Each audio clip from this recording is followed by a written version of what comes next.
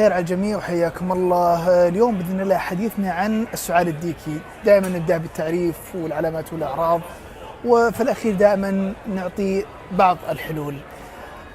فهو يصيب الجهاز التنفسي، ودائما تصير كحة في نهاية الكحة، يعني النفس اللي بتاخذه بعد الكحة يصير فيه صوت زي صوت الديك، زي بهذه الطريقة. فهو مرض طبعا معدي.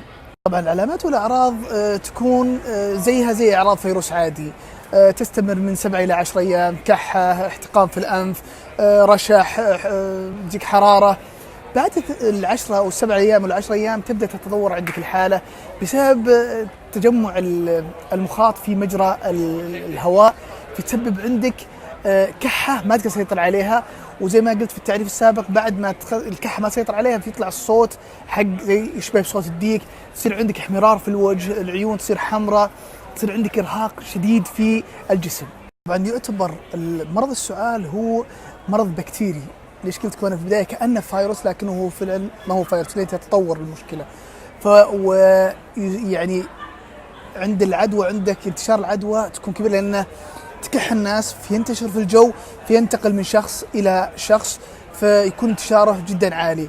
فدائما ينصح بأخذ اللقاحات حقتها بشكل مستمر، بحيث عشان لو انتشر في الجو تكون عندك الحماية من البكتيريا هذه. أكثر الأشخاص اللي ممكن معرضين للسعال الديكي هم الأطفال رقم 1، والأكثر خطر هم الرضع اللي أقل من 6 شهور، لأنه لم يحصل على الجرعات حقت التطعيمات حقته بشكل كامل ومناعته أقل. ممكن يصابون الكبار، لكن بسبب انتشار البكتيريا في المكان اللي هم فيه.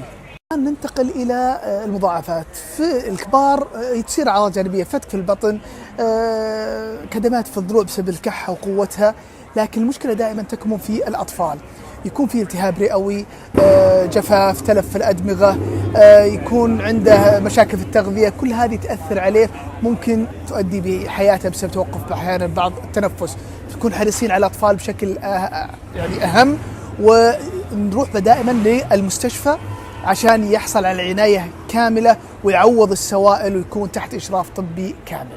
الآن ننتقل إلى طرق الوقاية. طرق الوقاية أن الطفل يأخذ جميع جرعاته كاملة، ولو أصيب شخص كبير في السن يعني بالغ أخذ الجرعات، يذهب للدكتور لأخذ المضادات الحيوية اللي تقضي على البكتيريا. حاولت أغطي لكم موضوع بقدر ما أستطيع من السعال الديكي بشكل مبسط. أتمنى لكم الفائدة، وأتمنى لكم دوام الصحة والعافية. ودائما المواضيع اللي أذكرها للتثقيف الصحي لا تغني عن زيارة الطبيب للمعاينة السريرية. نراكم على خير.